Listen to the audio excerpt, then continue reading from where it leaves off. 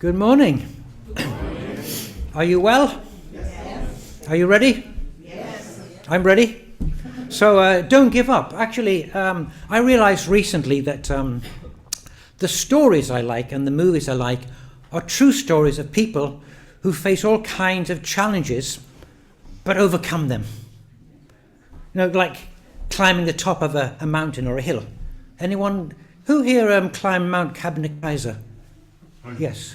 Do you remember the struggle? Yes. But you kept going.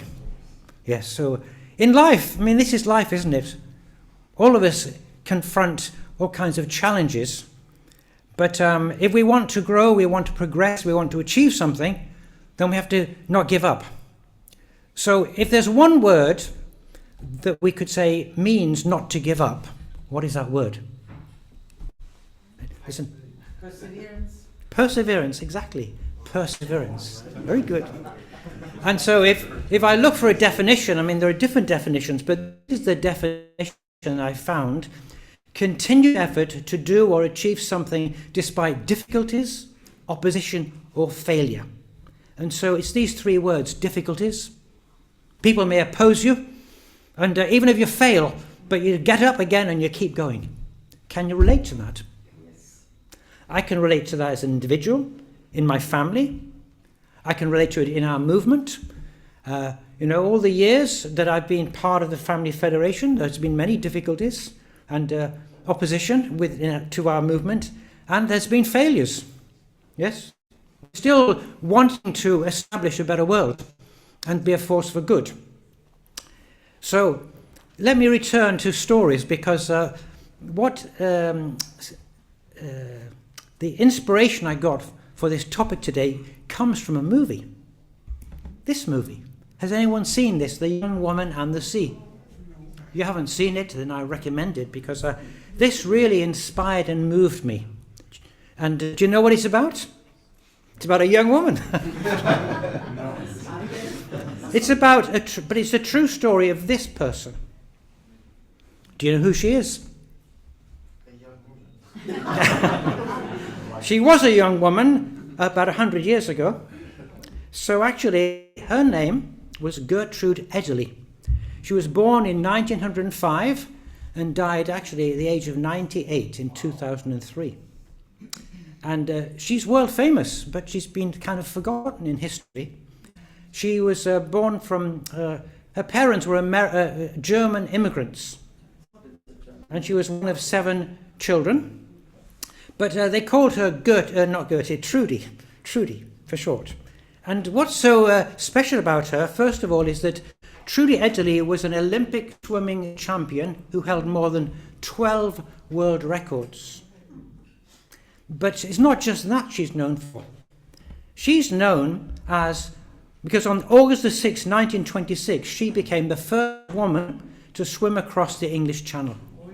Before that, there were only 5 men, and the first man was in 1875. So when she swam the English Channel, 50 years had passed, and only 5 men, no women. She was the first woman. Yeah.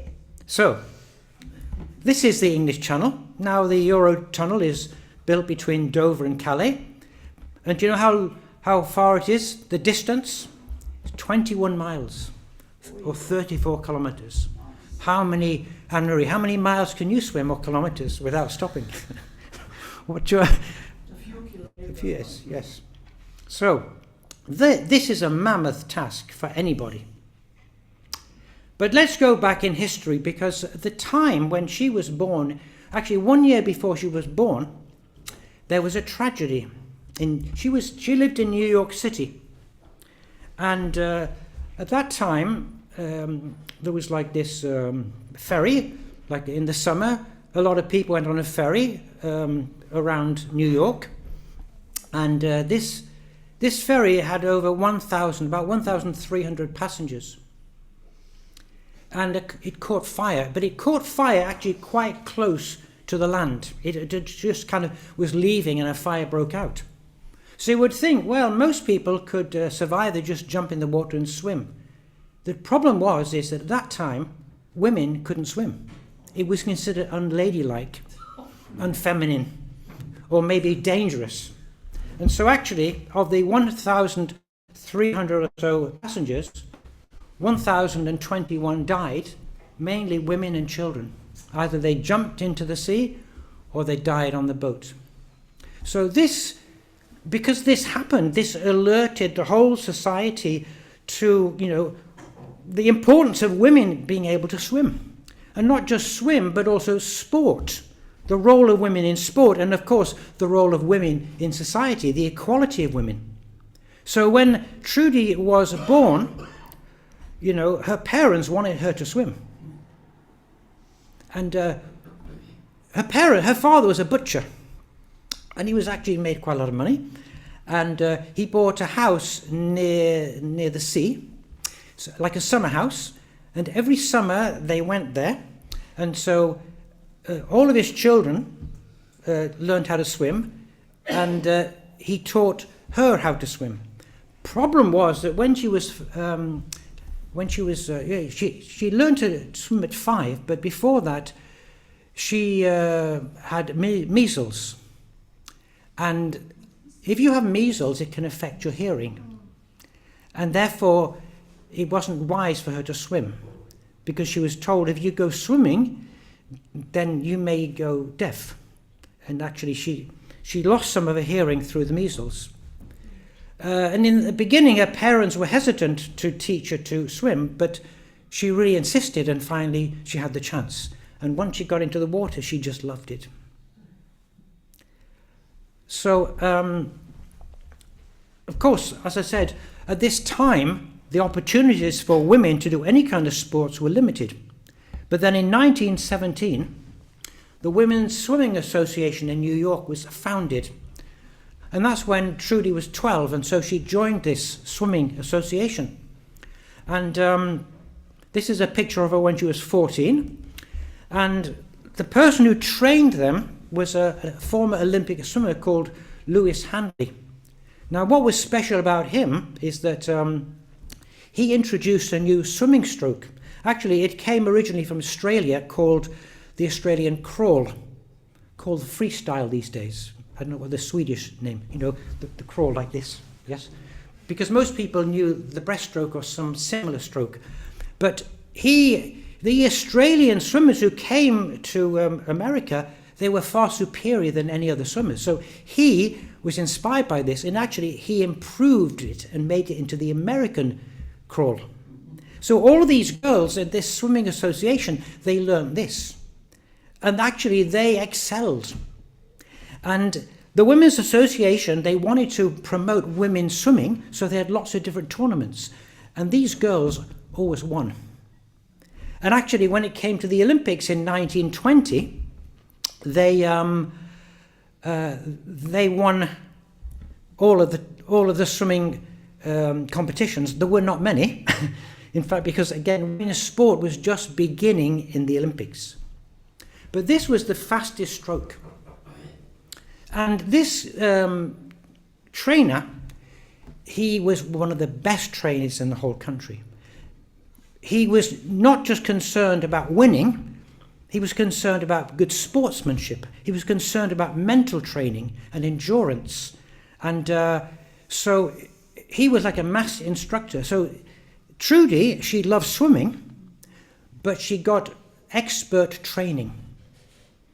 And so she really loved swimming, not just to win, but she loved swimming. And then in 1922, they had an outdoor swimming race of 3.5 miles around New York. It was intense, so you had world swimmers or national swimmers competing. At that time, Trudy was almost 17, and she was just an average swimmer. But at this particular swim, 3.5 miles, she outpaced everyone.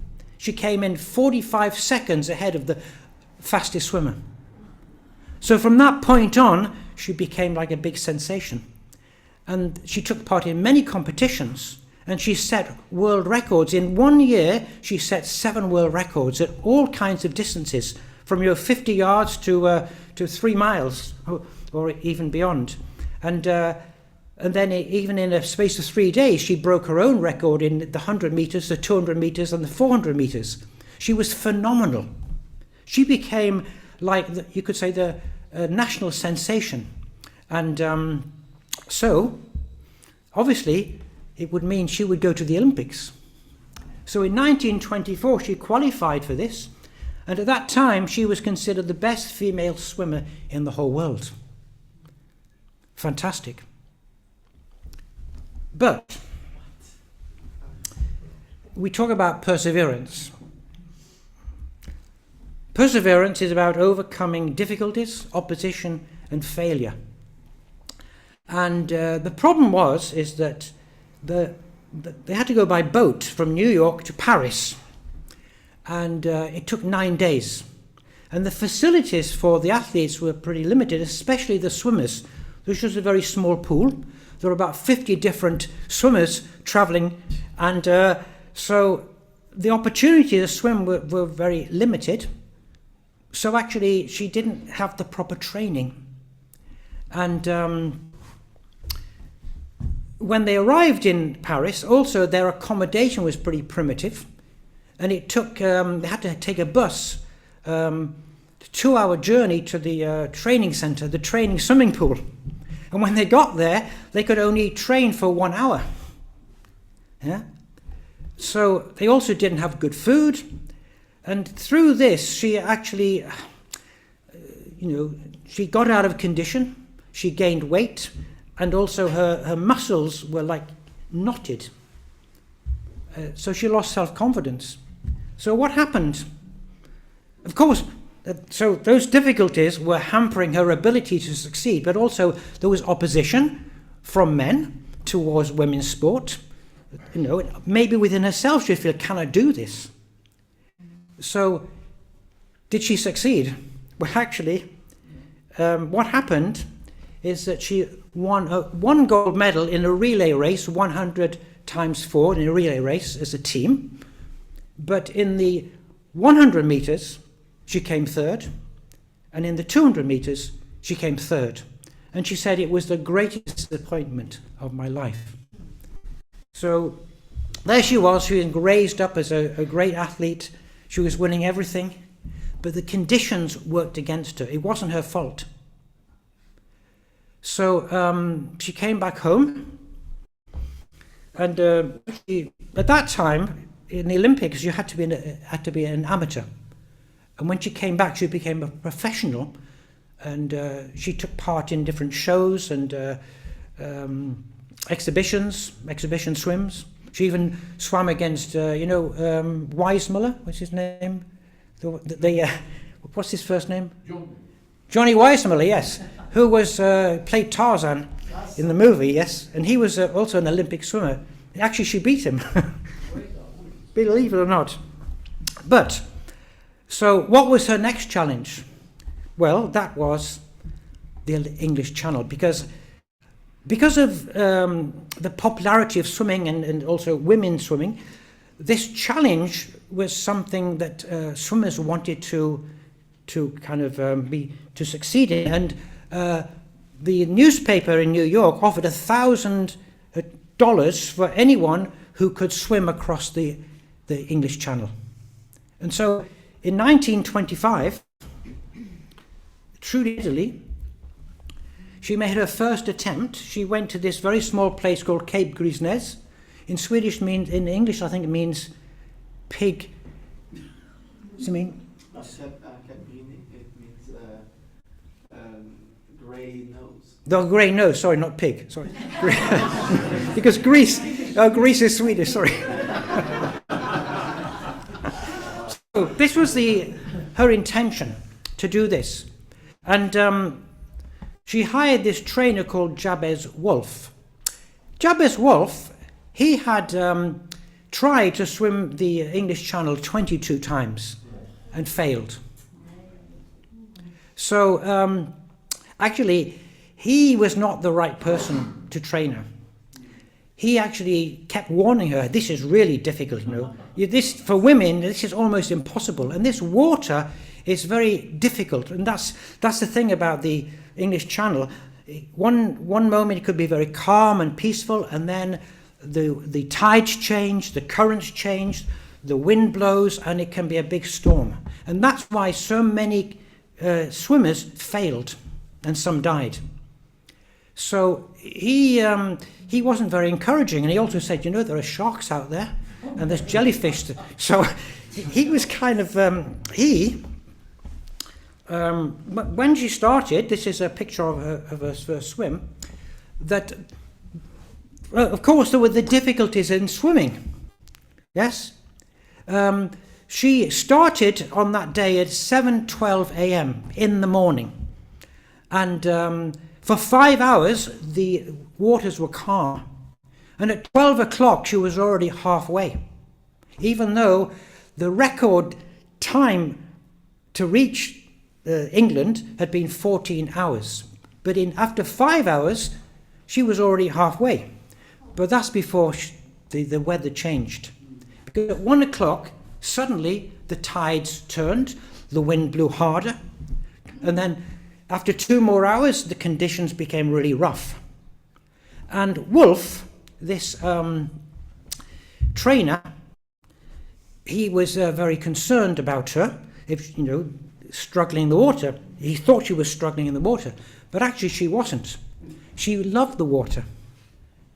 She much preferred to be outside than in a swimming pool. And so after 5 hours, she was halfway, but then, as I said, the tide turned. So this trainer, Wolf, actually, he wasn't a good man. Because what he did, when you're swimming, you have to have food. And he gave her some soup, some beef soup, and she drank it. But after that, she didn't feel good. She felt a bit dizzy. And she believed that he poisoned her because he didn't want her to succeed, because he was jealous, because he hadn't done it and he didn't want her to do it. And so, after 9 hours, Wolf shouted, "Take her out, that's enough." So another swimmer jumped in the water, and the rules are, if anyone touches you, then your effort is over. And she was a bit confused, and she didn't know what was going on. But later, she realized it was the soup. Okay, but she gave up? No. She failed, but she doesn't give up. So, the next year, it was her second attempt. And this time there were many men and women going to France to swim the English Channel. There was a lot of competition, a lot of motivation to get this money and to be, the first woman or the next man to achieve this fate. You'll notice her swimming clothes are a little different, because the swimming clothes she first had, like a one-piece suit, caused chafing, like rubbing against her skin, and got out of shape. So on the second attempt to do this, her father and her sister came with her, and her sister and her helped design the first bikini. Of course, at that time in history, it was a bit kind of forward-thinking about women exposing themselves. But and she also had some special goggles designed, like with one-piece goggles to stop the seawater getting into her eyes, because it could sting. This time she hired a different and a better trainer called Bill Burgess. Bill Burgess had tried 16 times to cross the English Channel, and on the 16th time he succeeded. And this is a picture where she has to be covered in sheep grease, lanolin, and she's wearing this special two-piece suit she had designed herself. So the reason she has this grease is to keep her body warm, because the temperature is generally no higher than 60 degrees. It's pretty cold. So, and the thing about this trainer, he was very knowledgeable about the tides and the best route. And he said, you can't go straight. You have to go on a zigzag. So this is her in the water with her goggles on. And because the last time she was taken out of the water, she said to her father and to her trainer, Don't let anyone take me out of the water unless I ask. Of course, she's going to face difficulties. And so for the first 5 hours, again, the water was calm. But, and then she actually ate some soup and some chicken. It didn't go down very well, but it wasn't poisoned, so that was good. And, but when you stop swimming to eat, your body begins to stiffen. And so to encourage her, her sister, who was also a swimmer, jumped in to swim with her for a while, and the two other people on board this boat that came with them supported her from time to time to encourage her. Also, they played music, like a gramophone on board, and actually this really helped her. So, so she overcame those difficulties, but again the tide turned, and a storm came, and then what was going on is she was approaching England.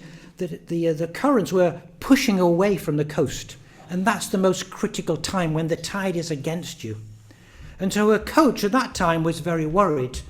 And also near England there are these sands where the water is very shallow, and many boats got stuck there. So this boat couldn't really follow her, and she also, if she went past these sands, it would be very hard to get back. So her trainer wanted to come out and said to her father, "You've got to get her out. This is dangerous, dangerous." But her father refused. "No," my daughter said, "unless I ask, don't take me out." And then what happened? The storm died down. But also, when she was swimming in the storm, she was happy. She was not actually struggling at all. And so actually somebody called out to her before this storm ended, "Get out of the water, get out." And she called back and said, "What for? What for? I'm fine."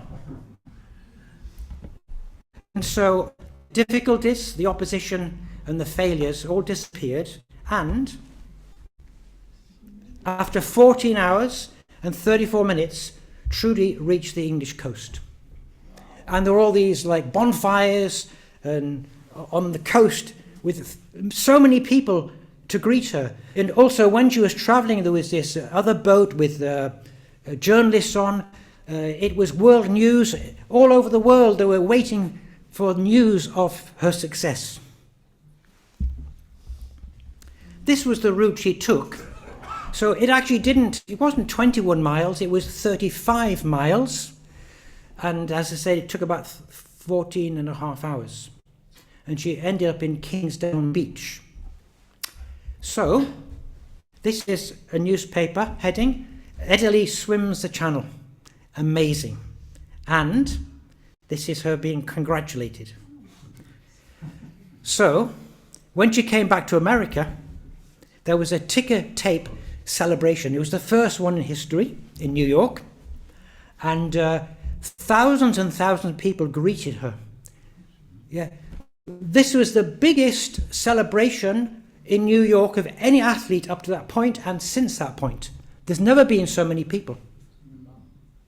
So the question is, how did she persevere?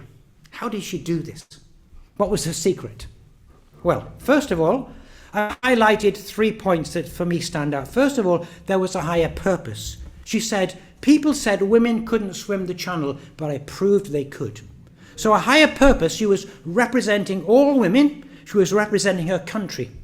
She was inspired by that, a higher purpose. Secondly, a very strong desire. She said, I just knew it could be done, it had to be done, and I did it.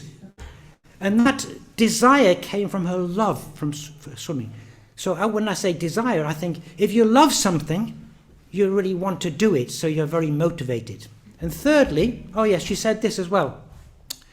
The doctors told me my hearing would get worse if I continued swimming, but I loved the water so much I just couldn't stop. Unfortunately, 2 years after her swim, she became almost completely deaf. Although she then, what she did, she taught deaf children how to swim. Yes. But she said something else about her relationship to water. She said this, To me, the sea is like a person, like a child that I've known for a long time. It sounds crazy, I know, but when I swim in the sea, I talk to it. I never feel alone when I'm out there. Can you relate to that, Anne-Marie? Yes, You absolutely. can? So even though she was, when the currents were against her, she was swimming into the currents and making progress. Amazing. And thirdly, hard work. This trainer, Lewis Handley, really took good care of her. And she listened to him and followed his advice. And every day in the summer, she was out in the ocean swimming for 2 hours. And so she didn't just do swimming, she liked to do basketball and all kinds of different sports, which made her, she had a very good body. So you could say she was born with the right physical constitution. She had the opportunities, and she had great training, and it was the time period. So she was a true pioneer. A true pioneer because she did something that had never been done before. And if we look at her life, this was when she was just 14.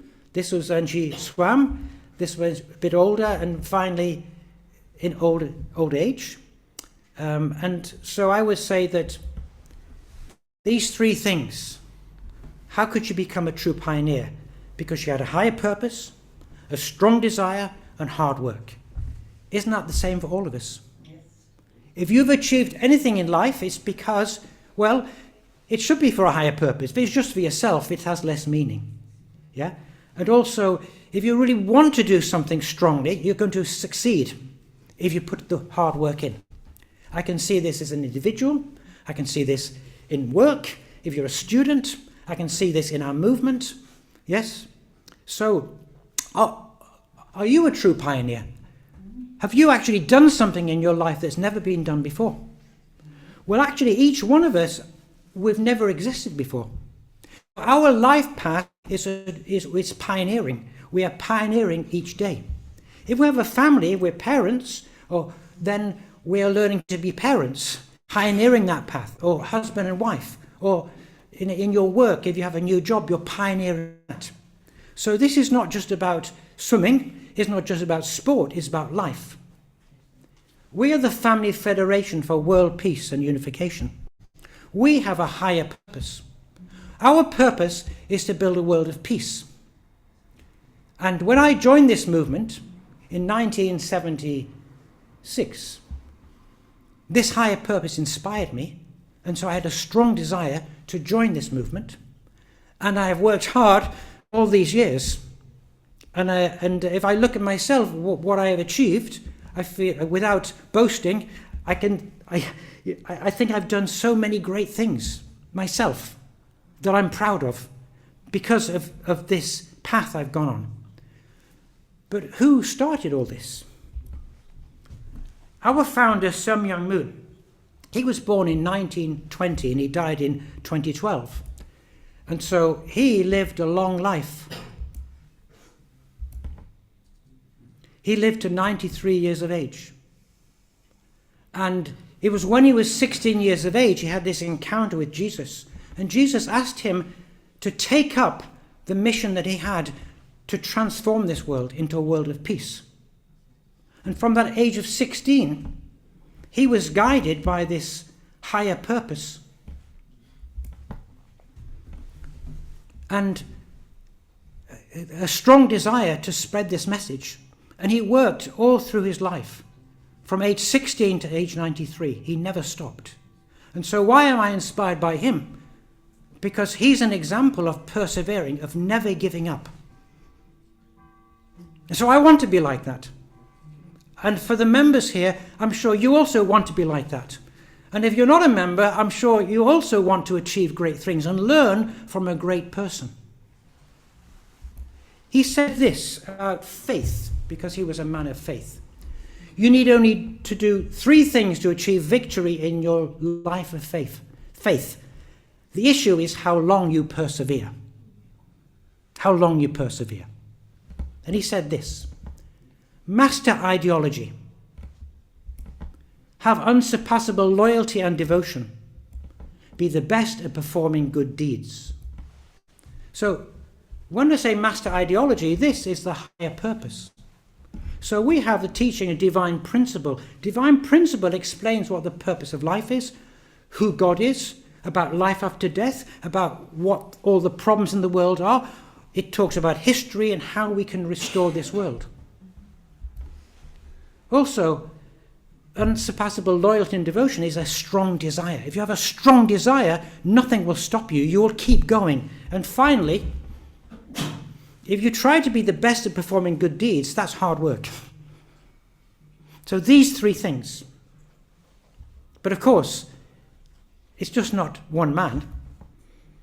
Another pioneer is his wife, Hak Ja Han Moon, who was born in 1943. And she has also lived a long life of dedicated service, supporting her husband. And she has also practiced living a life of a higher purpose, strong desire and hard work. And she supported her husband for many, many years. But he died. She was left with taking on the mission that he had still to complete. And this is what she says: we are one family and one holy community of Heavenly Parent, with the conviction that to stop is to fail, to persevere is to succeed. I keep moving forward undaunted, no matter what difficulties come. I need to be a mother of love and benevolence who can overlook faults and embrace all circumstances with a maternal heart as wide as the ocean. That is why, even today, I stay awake at night with the heart to cover all the world's children with blankets while they sleep. So this higher purpose, to me, is quite profound, to have this thought that I want to be a mother of love and benevolence, that can overlook faults and embrace all circumstances with a maternal heart as wide as the ocean. This is Christ-like love. Jesus said, forgive your enemies. When he was on the cross, he forgave his enemies. And so forgiveness is central to how we can solve the problems in this world. And she is an example of a person who has gone through great difficulties, but continues to give love, continues to reach out, continues to share the message. And of course, so we have two pioneers together. Because, in spiritual life, we think about people go on a single spiritual path. But our movement is different, because we say actually it's not about one man and one woman, it's about men and women together, because we understand God is both male and female. God is our Heavenly Mother and our Heavenly Father. And to reflect God's nature, both men and women need to be one. So this is different about our movement. And then also, she said this in her autobiography. She said, God needed a man and woman who could endure suffering and rejection while continuing to forgive and love all people, thus revealing God's heart of parental love. I found that quite profound. So we may have all kinds of higher purposes, but they, as a couple, were willing to suffer so much, but they wanted to show God's love in the same way Jesus did that on the cross. Because Jesus did that, he opened a path for many people to transform this world. But he died on the cross. But these two people did not die on the cross. And still, the founder's wife, Hak Ja Han Moon, she continues with this. So let's come to a conclusion. What relevance is this to you and me? So, we should be true pioneers. We should not give up. Don't give up in whatever path you're on in life. Despite difficulties, opposition, or failure. And don't give up. Have a higher purpose, have a strong desire, and work hard. And with that, I'd like to say thank you for listening.